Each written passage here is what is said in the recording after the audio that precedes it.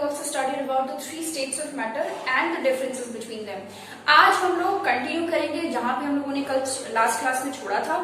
और आज का जो हमारा टॉपिक है वो ये है कि हम ये जो तीन स्टेट्स हमें पढ़े हैं मैटर के, सॉलिड, लिक्विड और गैस, तो इन तीन स्टेज में हम इंटर कन्वर्जन्स कैसे कर सकते हैं, मतलब सॉलिड से लिक्विड में कैसे जा सकते हैं, अगर लिक्विड को गैस में चेंज करना हो तो कैसे करेंगे, गैस को सॉलिड में चेंज करना हो तो कैसे करेंगे, और उस प्रोसेस का नाम क्या है। तो बेसिकली आज हमको जो करना है वो है change in the states of matter. Okay, change in the state of matter, ये हम लोगों को आज करना है। तो देखो मैं यहां लिख दे रही हूं सॉलिड।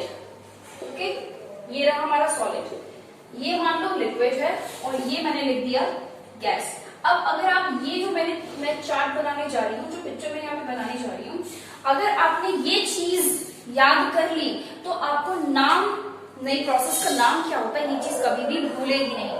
तो देखो, अगर हमें किसी सॉलिड को लिक्विड में चेंज करना है, ठीक है, अगर हमें सॉलिड को लिक्विड में चेंज करना है तो इस प्रोसेस को हम बोलते हैं फ्यूजन। ठीक है, इस प्रोसेस को हम बोलते हैं फ्यूजन।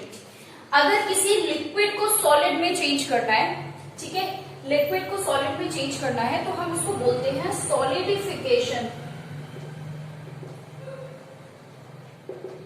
ओके, सॉलिडिफिकेशन, लिक्विड को सॉलिड में चेंज करना।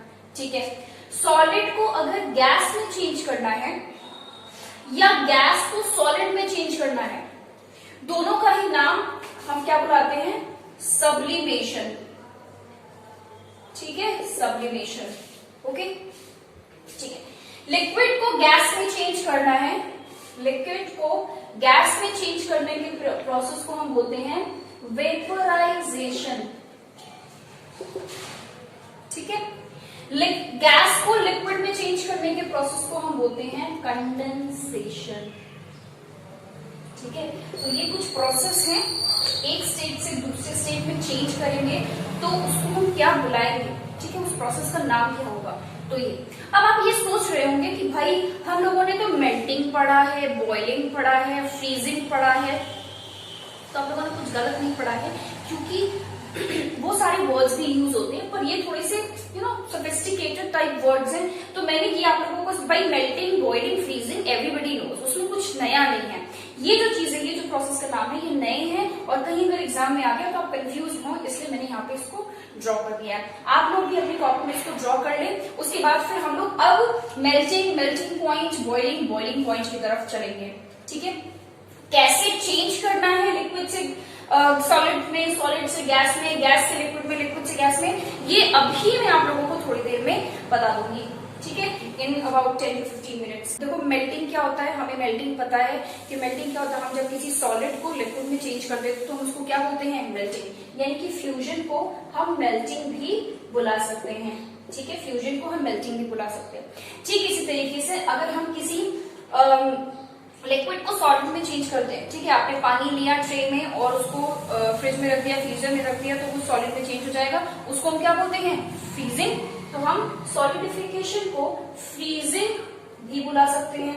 ठीक है, अगली चीज देखो, आप लोगों ने बॉइलिंग सुना होगा। बॉइलिंग में क्या होता है, पानी को बॉइल किया, वो गैस में चेंज हो गया, लिक्विड को गैस में चेंज करने के लिए, यानी कि कंडेंसेशन को हम बॉइलिंग भी बुला सकते हैं। कहने का मतलब ये है कि आप चाहें तो मेल्टिंग, फ्रीजिंग और बॉइलिंग वर्ड्स भी यूज कर सकते हैं, ये गलत नहीं है। बट हाँ, थोड़ा फ्यूजन वर्ड अगर कहीं आए तो आपको ये पता रहे कि फ्यूजन का मतलब क्या होता है, मेल्टिंग ही होता है। इसको ड्रॉ कर लीजिए ताकि हम आगे मूव ऑन कर सके। ठीक है, डन विद दिस। ठीक है, अब हम लोग मेल्टिंग और melting point, boiling point, freezing and freezing point के बारे में पढ़ेंगे। तो देखो सबसे पहली चीज हमने क्या पढ़ ली है, मेल्टिंग। मैंने आप लोगों को बता दिया मेल्टिंग क्या है। It is a process in which a solid gets converted into liquid. ठीक है, तो मेल्टिंग एक प्रोसेस जिसमें कि एक सॉलिड चेंज हो जाएगा किसमें, लिक्विड में। ठीक है, सॉलिड चेंज हो गया लिक्विड में, मेल्ट कर दिया हमने, आइस को मेल्ट कर दोगे वाटर में चेंज हो जाएगा। तो melting is a process in which solid changes into liquid. अब सर मुझे ये बताओ कि मान लो आपने फ्रिज में आइस रखा है सॉलिड स्टेट में, उसको निकाल दिया, फ्रिज से बाहर कर दिया, कौन सा स्टेट में आ गया, वो लिक्विड स्टेट में आ जाएगा थोड़ी देर बाद, ठीक है।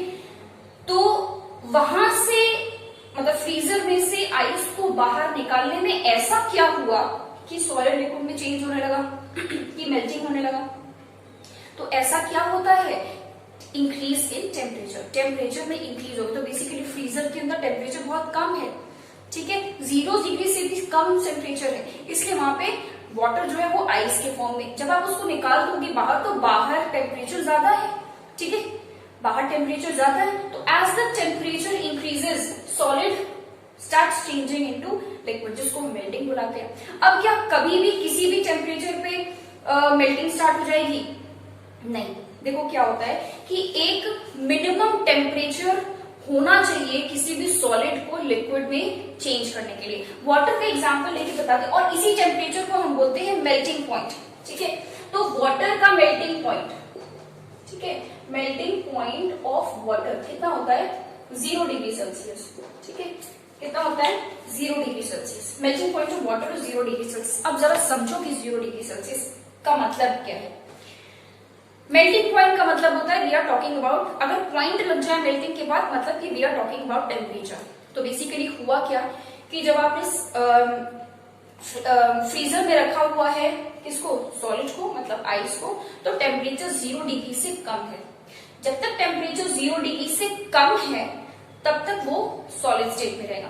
जैसे ही आपने आइस को बाहर निकाल दिया, फ्रिज से बाहर निकाल दिया, तो टेम्परेचर क्या हो गया? इंक्रीज होने लग गया धीरे धीरे। 0, मान लो कि अंदर फ्रीजर के अंदर -2 डिग्री का टेम्परेचर था, इसलिए वो सॉलिड स्टेट में था। जब आपने उसको बाहर निकाला तो -2 डिग्री से -1 पे आया होगा, फिर 0 पे धीरे धीरे टेम्परेचर बढ़ रहा है, 0 से 1 degree, 2 degree, 3 degree, 5 degree, 10 degree, 12, इस तरीके से धीरे धीरे टेम्परेचर बढ़ रहा है। जैसे ही जब आप फ्रिज से बाहर निकालोगे, जैसे ही टेम्परेचर 0 डिग्री पे पहुंचा, वैसे ही मेल्टिंग का प्रोसेस जो है वो स्टार्ट हो जाएगा। अगर मान लो कि आपने 2 डिग्री टेम्परेचर, -2 डिग्री सेल्सियस से आइस को निकाल के -1 डिग्री टेम्परेचर पे रख दिया, तब भी आइस पिघलेगा नहीं, तब भी आइस मेल्ट नहीं होगा। क्यों? क्योंकि कम से कम 0 डिग्री सेल्सियस का टेम्परेचर तो आपको देना पड़ेगा।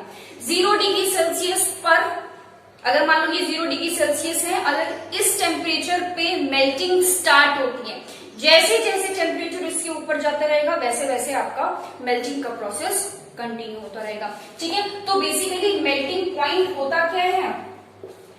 मेल्टिंग पॉइंट को हम स्मॉल m स्मॉल p लिख सकते हैं। तो मेल्टिंग पॉइंट होता क्या है? इट इज द टेम्परेचर, ठीक है, this is temperature, it is the temperature at which a solid starts melting. किसमें मेल्ट करेगा? into liquid. Understood? ठीक है, स्टार्ट होता है मेल्ट होना। ठीक इसी तरीके से अगला हो जाएगा हमारा बॉइलिंग, ठीक है। बॉइलिंग में क्या होता है? कौन से स्टेट से कौन से स्टेट में होता है? बहुत बढ़िया, लिक्विड से गैसियस स्टेट में। देखो मान लो आपने ले लिया पानी, यहाँ पे भी हम पानी का एग्जांपल ले लेते हैं। मान लो आपने ले लिया पानी, आपने अगर उसको बॉईल करना है तो क्या करोगे? उसको गैस पे रख दोगे, बर्नर पे रख दोगे, धीरे धीरे टेम्परेचर बढ़ेगा, है ना। गैस पे रखने का मतलब क्या दे रहे हो? हीट दे रहे हो, हीट मतलब टेम्परेचर इंक्रीज कर रहे हो। जब लिक्विड का टेम्परेचर इंक्रीज किया तब वो गैस में चेंज हो गया, ठीक है। जब लिक्विड का टेम्परेचर इंक्रीज किया तो वो किस में चेंज हो गया है? गैस में चेंज हो गया है। क्लियर हो गई बात? This is called boiling. अब बॉइलिंग के लिए भी कोई एक टेप, जैसे भाई मेल्टिंग के लिए मेल्टिंग पॉइंट था, एक फिक्स टेम्परेचर था, जिस टेम्परेचर से कम अगर टेम्परेचर हुआ तो मेल्टिंग नहीं हो पाएगी। ठीक इस तरीके से बॉइलिंग के लिए भी होता है। Boiling point of water for example, ठीक है, अलग अलग लिक्विड का अलग अलग बॉइलिंग पॉइंट होता है। We are talking about water because water आपके एग्जाम में पूछ सकते हैं। तो बॉइलिंग पॉइंट ऑफ वाटर कितना होता है? 100 डिग्री सेल्सियस। मतलब क्या कि जब तक टेम्परेचर 100 डिग्री सेल्सियस के ऊपर नहीं जाएगा तब तक बॉइलिंग नहीं होगी, ठीक है। तो ये जो टेम्परेचर है ये क्या है? Boiling point. जब तक टेम्परेचर 100 डिग्री सेल्सियस सेल्सियस से लिक्विड का नहीं बढ़ाओगे तब तक वो गैस में चेंज नहीं होगा। इसका मतलब ये हुआ कि बॉइलिंग पॉइंट क्या होता है, it is the temperature at which a liquid starts boiling into gas. ठीक है, तो हमने मेल्टिंग पढ़ लिया, हमने बॉइलिंग पढ़ लिया। आपको ये चीज जो है वो याद रखनी है, melting point of water, boiling point of water, ये चीज आप लोगों को याद रखनी है। लिख लिया ये। तो अब हम नेक्स्ट टॉपिक पे चलते हैं, विच इज फ्रीजिंग। ठीक है, अब फ्रीजिंग क्या होता है भाई? फ्रीजिंग में कौन से स्टेट से कौन से स्टेट में चेंज करोगे बताओ? फ्रीजिंग का मतलब ये हमारा थर्ड हो गया, फ्रीजिंग। फ्रीजिंग का मतलब क्या हो गया? फ्रीजिंग का मतलब हो गया है लिक्विड से सॉलिड में चेंज करना। मतलब फ्रीजिंग एक ऐसा प्रोसेस है जिसमें कि हम किसी लिक्विड को इसमें चेंज कर रहे हैं, सॉलिड में चेंज कर रहे हैं। ठीक है, फ्रीजिंग का दूसरा नाम, अभी हम लोगों ने जो चार्ट बनाया था ट्रायंगल वाला, तो फ्रीजिंग का दूसरा नाम क्या होता है? सॉलिडिफिकेशन। ठीक है, ये याद रहना चाहिए, सॉलिडिफिकेशन, कंडेंसेशन, फ्यूजन, ये तीनों नाम आपको याद होनी चाहिए। अब देखो फ्रीजिंग पॉइंट। अब फ्रीजिंग पॉइंट ऑफ वाटर, भाई वाटर का मेल्टिंग पॉइंट, फ्रीजिंग पॉइंट तो आपको याद होना ही चाहिए। फ्रीजिंग पॉइंट ऑफ वाटर भी कितना होता है? 0 डिग्री सेल्सियस। वाटर का मेल्टिंग पॉइंट भी 0 डिग्री सेल्सियस और वाटर का फ्रीजिंग पॉइंट भी 0 डिग्री सेल्सियस होता है। ठीक है, तो दोनों में डिफरेंस क्या है भाई? देखो डिफरेंस क्या है। फ्रीज करने के लिए, किसी चीज को फ्रीज करने के लिए हम क्या करते हैं भाई? पानी है, आपको उसको आइस में चेंज करना है भाई, मतलब क्या फ्रीज करना है तो क्या करोगे? फ्रीजर में लगाओगे उसको। फ्रीजर में डालने का मतलब क्या है? आप क्या कर रहे हो? टेम्परेचर को डिक्रीज कर रहे हो। ठीक है, यानी कि अगर हमें लिक्विड से सॉलिड में चेंज करना है तो हम टेम्परेचर को क्या करेंगे? डिक्रीज करेंगे। ठीक है, तो जब हम टेम्परेचर को डिक्रीज करेंगे तो फ्रीजिंग का प्रोसेस स्टार्ट हो जाएगा।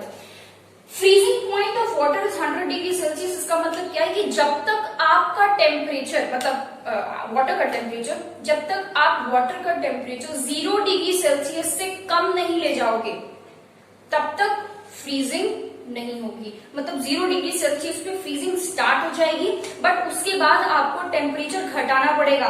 मतलब 0 के बाद -1, -2, -3 तक टेम्परेचर आपको लेके जाना पड़ेगा, तभी आपकी फ्रीजिंग हो पाएगी। तो मान लो अगर ये 0 डिग्री सेल्सियस है, ठीक है, कोई स्केल में अगर ये 0 डिग्री सेल्सियस है, 0 डिग्री सेल्सियस से टेम्परेचर इंक्रीज करोगे तो मेल्टिंग होगा।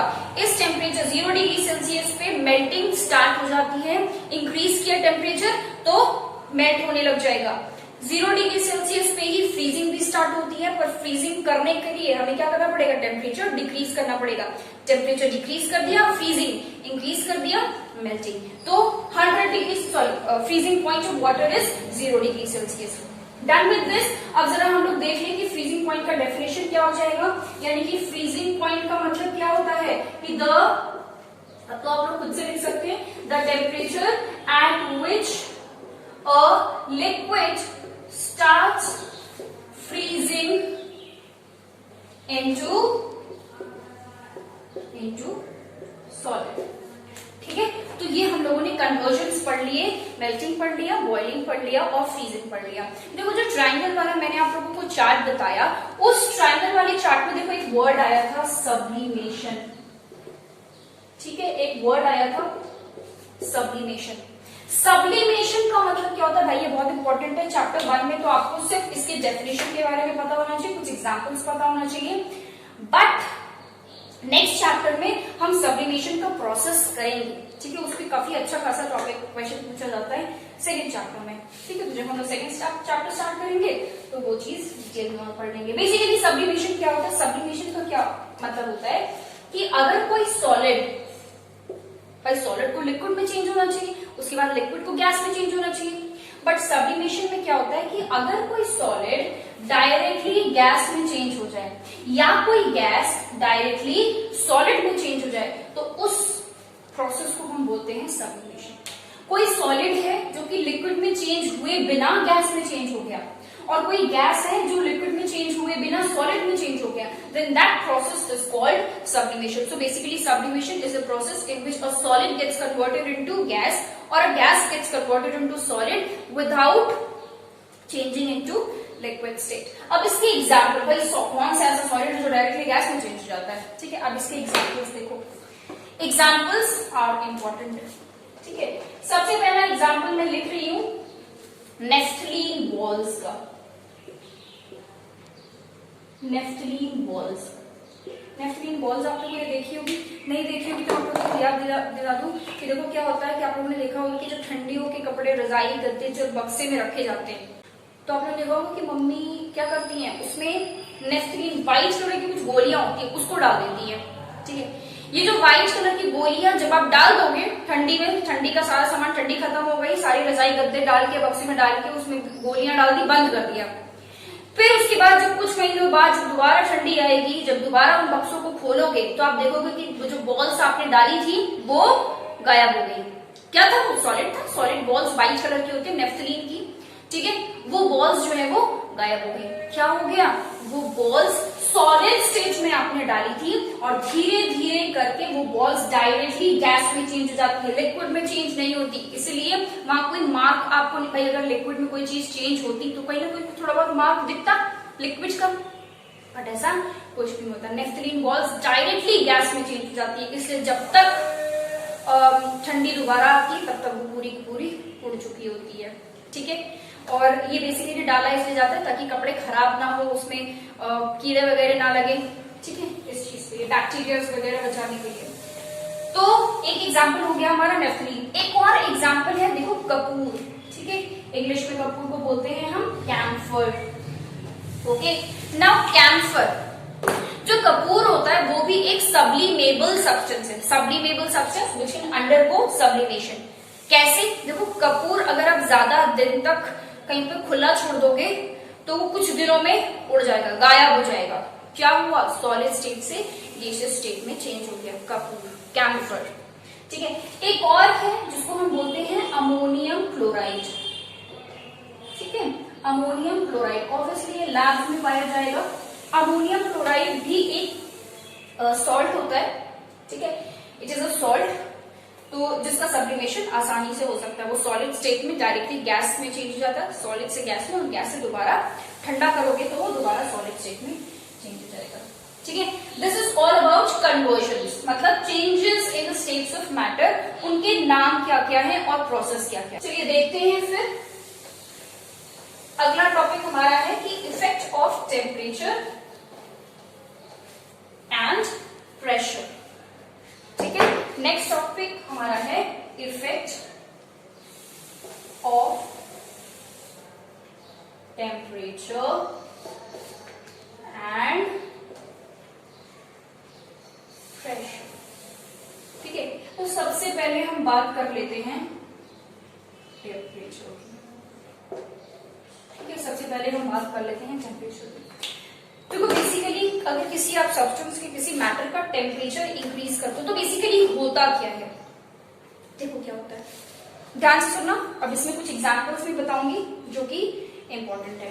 देखो जब हम टेम्परेचर इंक्रीज करते हैं, अगर हम सॉलिड का टेम्परेचर इंक्रीज करेंगे, ऐसे लिखते हैं, अगर हम सॉलिड का टेम्परेचर इंक्रीज करेंगे तो सॉलिड किसमें चेंज होगा? लिक्विड में।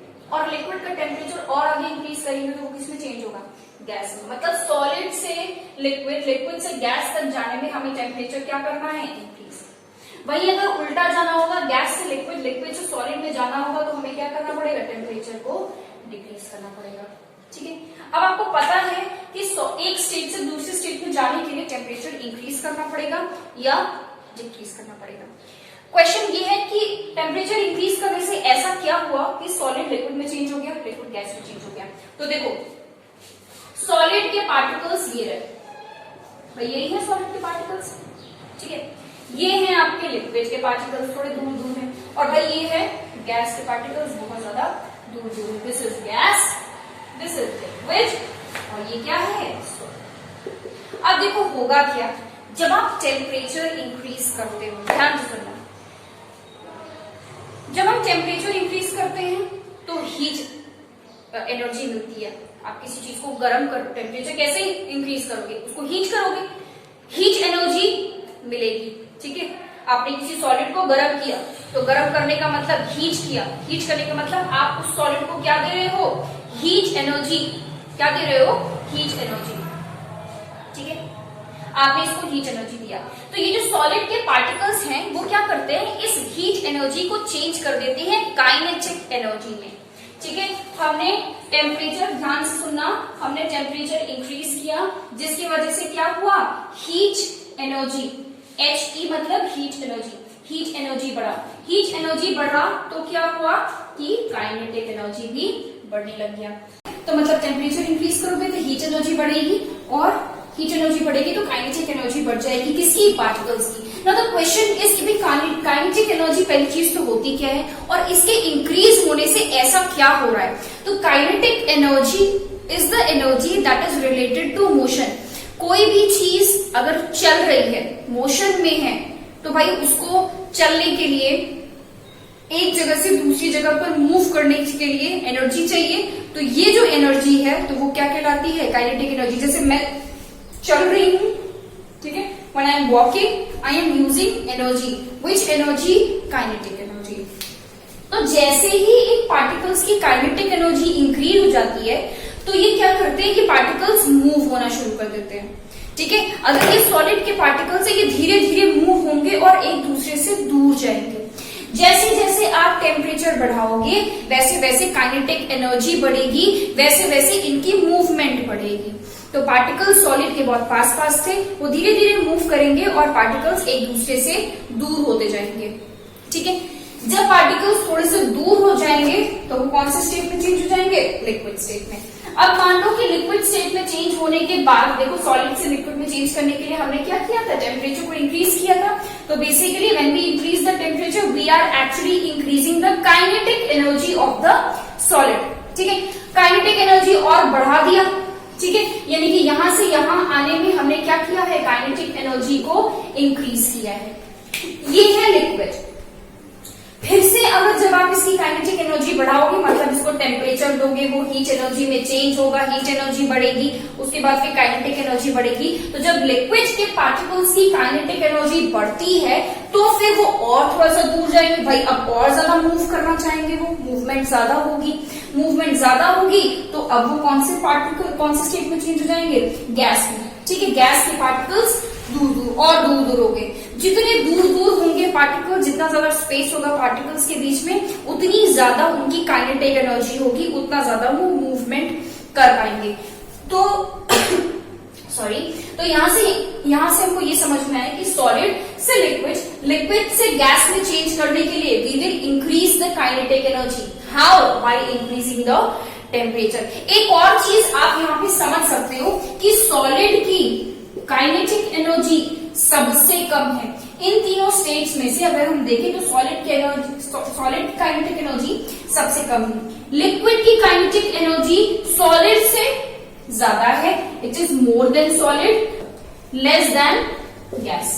ठीक है, काइनेटिक एनर्जी जो है वो ज्यादा है सॉलिड से और कम है, छोटे वाला साइन लगाया मैंने, तो कम है किससे, गैस से। और गैस की जो काइनेटिक एनर्जी होती है वो सबसे ज्यादा होती है। काइनेटिक एनर्जी गैस के पार्टिकल्स में सबसे ज्यादा होती है, इसलिए मोशन सबसे ज्यादा, मूवमेंट। तो देखो गैस के पार्टिकल्स कितने ज्यादा मूव करते हैं। सॉलिड के पार्टिकल्स में काइनेटिक एनर्जी बहुत कम होती है, ना के बराबर, तभी मूव नहीं कर पाते। सब क्या करते हैं, वाइब्रेट करते हैं। मैं आपको बता चुकी हूँ इस बारे में पहली वीडियो में। और लिक्विड के पार्टिकल्स की काइनेटिक एनर्जी सॉलिड से ज्यादा होती है बट गैसियस स्टेट से कम होती है। So this is what happens when temperature हम इंक्रीज करते हैं। देखो एक क्वेश्चन जो है वो आपके एग्जाम में पूछा जाता है based on this kinetic energy. तो देखो वो क्वेश्चन ये है कि why do we smell a hot food faster than a cold food. जो गर्म खाने की जो खुशबू है वो हमें जल्दी आ जाती है, दूर तक आती है, और ठंडे खाने की खुशबू इतनी जल्दी नहीं आती और ज्यादा दूर तक भी नहीं आती है। ठीक है, तो आप लोगों ने देखा होगा कि अगर कहीं कोई गरम गरम पूड़ियां छन रही हैं, ठीक है, या गरम गरम खाना कहीं पर रखा है तो उसकी स्मेल बहुत तेज आएगी और बहुत दूर तक जाएगी। वहीं अगर कोई ठंडा खाना रखा हुआ है तब उसकी स्मेल नहीं आती है। खाना बना के रख दिया है 2-3 घंटे पहले तो उसकी स्मेल इतनी तेज नहीं आएगी, पर अगर खाना एकदम गरम गरम बन रहा है तो उसकी स्मेल तेज आती है। तो ऐसा क्यों होता है जरा देख ले। ये सब आप लोगों ने लिख लिया होगा, लिख लो इसको लिख लिया है। तो ये वाला एग्जाम्पल मैं आप लोगों को एकदम अच्छे से एक्सप्लेन कर देती हूँ। ये टेम्परेचर और काइनेटिक एनर्जी के बेसिस पे ही मैंने एग्जाम्पल एक्सप्लेन कर रही हूँ आप लोगों को। तो देखो आप लोगों ने ये देखा होगा और ये एग्जाम में पूछा जाता है, इट इज इम्पोर्टेंट। ठीक है, तो मान लो कि ये हमने रखा है एक बर्तन में, ठीक है, एक बाउल है जिसमें मैंने कुछ गरम मान लो बिरयानी रखी है। क्या रखी है ये मैंने? बिरयानी, हॉट बिरयानी। ठीक है, अब देखो क्या होता है कि इस बिरयानी गरम बिरयानी की खुशबू आपको बहुत दूर तक आएगी, बहुत तेज आएगी। ऐसा क्यों हुआ? देखो, क्योंकि ये खाना गरम है, ठीक है, इसके आसपास क्या है? गैस के पार्टिकल्स। ठीक है भाई, इसके आसपास क्या है? गैस है, गैस के पार्टिकल्स है। क्योंकि ये जो खाना गर्म है तो ये क्या करेगा? अपने आसपास की जो गैस है उसके पार्टिकल्स को हीट करना शुरू कर देगा। ठीक है, यानी कि ये जो पार्टिकल्स हैं हवा के, इनका हीट, इनका टेम्परेचर इंक्रीज होगा। टेम्परेचर इंक्रीज होगा तो हीट एनर्जी इंक्रीज होगी। हीट एनर्जी इंक्रीज होगी तो ये पार्टिकल्स क्या करते हैं? उस हीट एनर्जी को काइनेटिक एनर्जी में चेंज कर देते हैं। तो बेसिकली हुआ क्या कि ये जो गर्म खाना है इसके आसपास जो एयर है इसकी काइनेटिक एनर्जी धीरे धीरे करके इंक्रीज होने लगेगी। जब इसकी काइनेटिक एनर्जी धीरे धीरे इंक्रीज होगी तो काइनेटिक एनर्जी बढ़ने का मतलब क्या है? मूवमेंट ज्यादा होगी। तो ये जो एयर के जो पार्टिकल्स हैं, ये जो पार्टिकल्स हैं एयर के, ये धीरे धीरे करके जल्दी जल्दी मूव करने लग जाएंगे। ये जो एयर के पार्टिकल्स हैं वो क्या करेंगे? मूव करना शुरू कर देंगे। ठीक है, अब क्योंकि काइनेटिक एनर्जी ज्यादा है इसीलिए इनका जो मूवमेंट होगा वो बहुत तेज होगा। तो अगर कहीं गरम खाना रखा हुआ है उसके आसपास की जो गैस होगी उसके पार्टिकल्स की काइनेटिक एनर्जी इंक्रीज होगी, पार्टिकल्स मूव करना शुरू करेंगे और अब जब आपके पास आएंगे तो आप उसको स्मेल कर सकते हैं। इसलिए गर्म खाने की खुशबू हमें जल्दी आती है।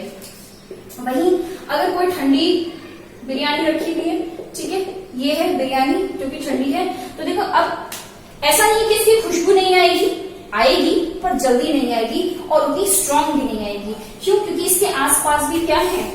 इसके आसपास भी एयर है।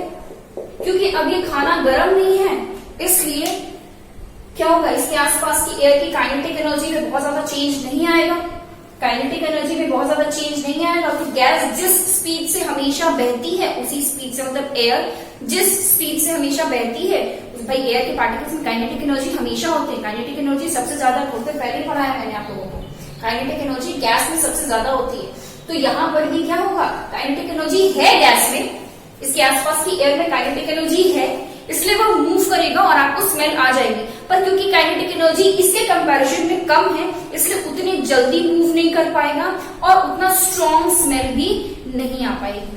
ठीक है, सो ये एक क्वेश्चन हो गया जो कि बहुत इंपॉर्टेंट है। ऐसा ही एग्जाम्पल आपका इंसेंस स्टिक के लिए भी पूछता है कि जब हम अगरबत्ती जलाते हैं तो उसकी स्मेल पूरे कमरे में, पूरे घर में फैल जाती है। क्यों? क्योंकि अगरबत्ती जब जलाते हैं तो उसके आसपास की एयर की काइनेटिक एनर्जी, मतलब एयर के पार्टिकल्स की काइनेटिक एनर्जी इंक्रीज हो जाती है जिसकी वजह से उनका मूवमेंट तेज हो जाता है और वो जल्दी जल्दी फैलते हैं और पूरे घर में फैल जाते हैं। ठीक है, इसीलिए इंसेंस स्टिक अगर जल रही है कहीं पर तो उसकी स्मेल जो है वो पूरे रूम में फैल जाती है।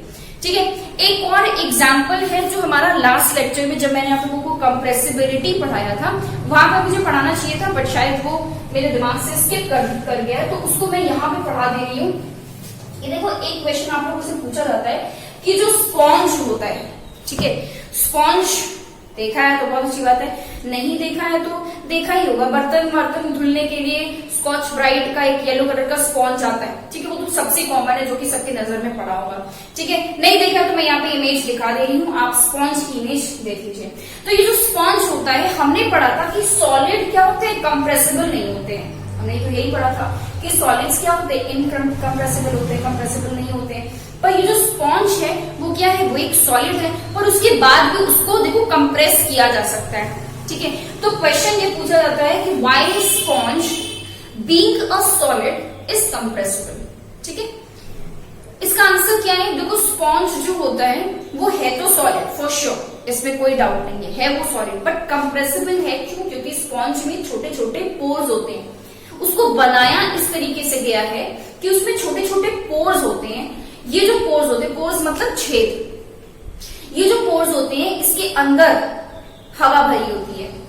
जब आप इसको फोर्स अप्लाई करके स्पॉन्ज को कंप्रेस करते हो तो ये जो हवा है वो क्या करती है, इन पोर्स में से बाहर निकल जाती है। जब हवा बाहर निकलती है तो शेप जो है वो चेंज हो जाता है, ऐसा लगता है कि स्पॉन्ज कंप्रेस हो गया। ठीक है, तो कंप्रेस कर दिया। उसके बाद जब आप फोर्स रिलीज कर दोगे, जब आप हाथ हटा दोगे तो क्या होगा कि वो दोबारा अपना शेप जो है वो रीगेन कर लेगा, वो शेप रीगेन कर लेगा। अंडरस्टूड? तो है वो सॉलिड बट वो कंप्रेस हो गया बिकॉज ऑफ दीज पोर्स जिसमें कि एयर फिल्ड होती है। जब आप प्रेशर अप्लाई करोगे, ठीक है, फोर्स अप्लाई करोगे तो ये जो एयर है वो एक्सपेल आउट हो जाती है, बाहर निकल जाती है, जिसकी वजह से उसका शेप मिलता है। Again if you release the force, अगर दोबारा हाथ हटा दोगे, प्रेशर हटा दोगे तो दोबारा उसमें एयर फिल हो जाएगी और वो दोबारा अपना शेप रीगेन कर देगा। This was one of the important examples जो कि पूछा जाता है, जो कि मिस आउट हो गया था लास्ट लेक्चर में, जो मैंने यहाँ पे बता दिया। ठीक है, अब नेक्स्ट हमारा जो टॉपिक है वो है इफेक्ट ऑफ प्रेशर। ठीक है, इफेक्ट ऑफ प्रेशर। तो सेकंड हमने टेम्परेचर पढ़ लिया, अब हम लोग जरा प्रेशर पढ़ लें।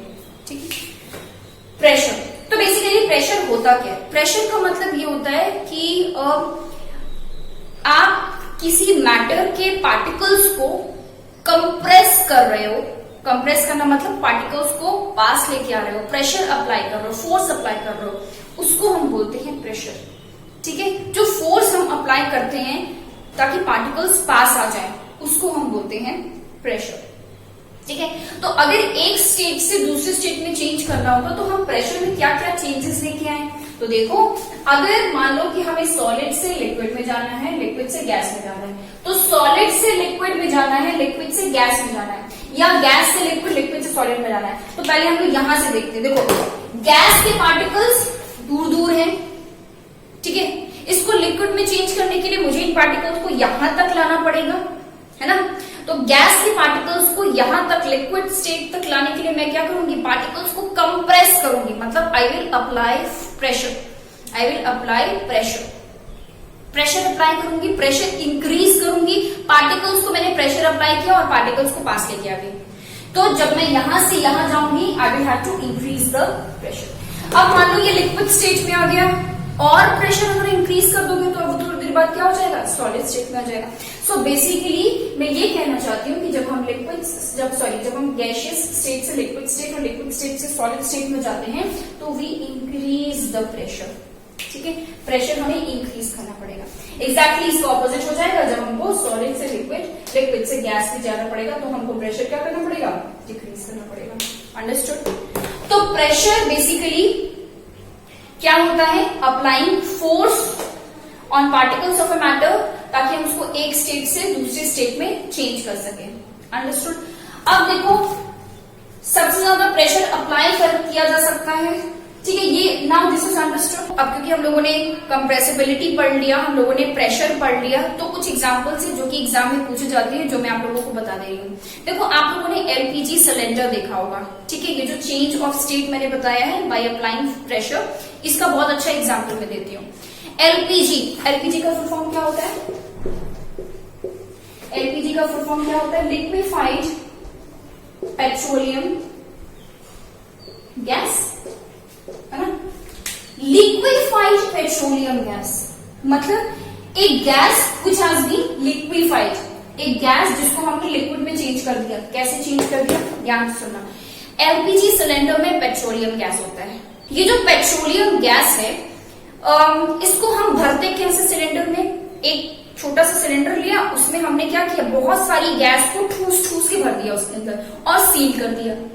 ठूस ठूस के भरने का मतलब क्या है, हमने उसको गैस को कंप्रेस करके उसके अंदर डाल दिया, ठीक है, सिलेंडर के अंदर। जब हम सिलेंडर के अंदर डाल रहे हैं, जब हम कंप्रेस कर रहे हैं गैस को, मतलब पार्टिकल्स को पास लेके आ रहे हैं, मतलब हम क्या कर रहे हैं, we are increasing the pressure. अब जैसे ही आप गैस एलपीजी सिलेंडर यूज करना शुरू करते हो, उसका नॉब ओपन करते हो, तो वो गैस जब जो लिक्विड अंदर सिलेंडर के अंदर भरा हुआ है एलपीजी, वो जब बाहर निकलती है तो फिर वो दोबारा गैसियस स्टेट में चेंज हो जाती है। क्यों? क्योंकि बाहर प्रेशर कम है, ठीक है, प्रेशर डिक्रीज हो गया, टेम्परेचर इंक्रीज हो गया, ठीक है। तो ये आपका एग्जाम्पल हो गया एलपीजी सिलेंडर का।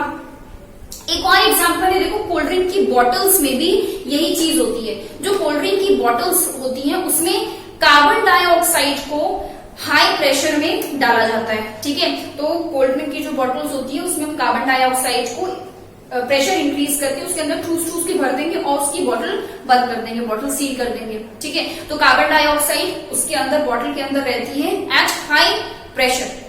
जैसे ही आप उसकी ढक्कन को खोलोगे, जैसे आप इसका सील ओपन करोगे, कार्बन डाइऑक्साइड क्या करेगी? बाहर निकलेगी, बाहर निकलने की कोशिश करेगी, ठीक है, क्योंकि अब वो फ्री होना चाहती है, गैस में चेंज होना चाहती है, ठीक है। तो जब वो बाहर निकलने की कोशिश करेगी, क्योंकि बाहर क्या है, प्रेशर कम है, तो वो गैस में चेंज हो जाएगी और जब वो बाहर निकलती है तो एक फिज पैदा होता है, ठीक है। तो कोल्ड ड्रिंक्स में कार्बन डाइऑक्साइड को डिसॉल्व किया जाता है, क्यों? ताकि ये फिज पैदा हो सके।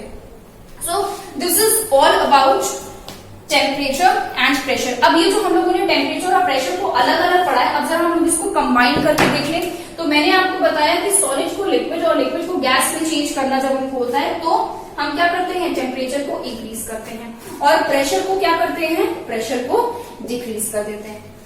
एग्जैक्टली इसी तरीके से जब गैस से लिक्विड, लिक्विड से सॉलिड में जाना होता है तो we decrease the temperature and we increase the pressure. तो यहाँ पर आपको एक चीज दिखाई दे रही होगी कि टेम्परेचर और प्रेशर हमेशा एक दूसरे के ऑपोजिट। जब भी टेम्परेचर इंक्रीज होगा प्रेशर डिक्रीज होगा, टेम्परेचर डिक्रीज होगा प्रेशर इंक्रीज। तो अगर आपने ये वाली जो चीज है, ये जो पिक्चर मैंने यहाँ पे बनाई है, अगर आपने इस चीज को याद कर लिया तो आपका कन्वर्जन कभी गलत नहीं होगा। क्योंकि कई बार एग्जाम में पूछा जाता है कि how will you liquefy a gas. Liquefy a gas मतलब कि गैस को लिक्विड में चेंज करने के लिए आप क्या करोगे? तो आपको बताना पड़ेगा गैस को लिक्विड में चेंज करने के लिए we will decrease the temperature and we will increase the pressure, ठीक है। तो इस तरीके के क्वेश्चंस या how will you liquefy a solid को लिक्विड में चेंज करने के लिए क्या करना पड़ेगा? तो टेम्परेचर को इंक्रीज करना पड़ेगा और प्रेशर को डिक्रीज करना पड़ेगा।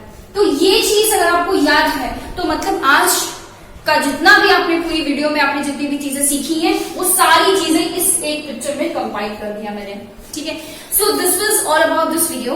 नेक्स्ट वीडियो में मैं इसके आगे के और टॉपिक्स लेके आऊंगी जिसमें हमको latent heat of vaporization, latent heat of fusion के बारे में पढ़ना है। In case you have any suggestion और you have any advice, please let me know और कमेंट सेक्शन पे लिख देना। Also write how did you like this video and please like, share and comment on this video, share करो अपने friends के साथ, hit the like button if you like it and subscribe to the channel if you have not done it yet. Thank you so much.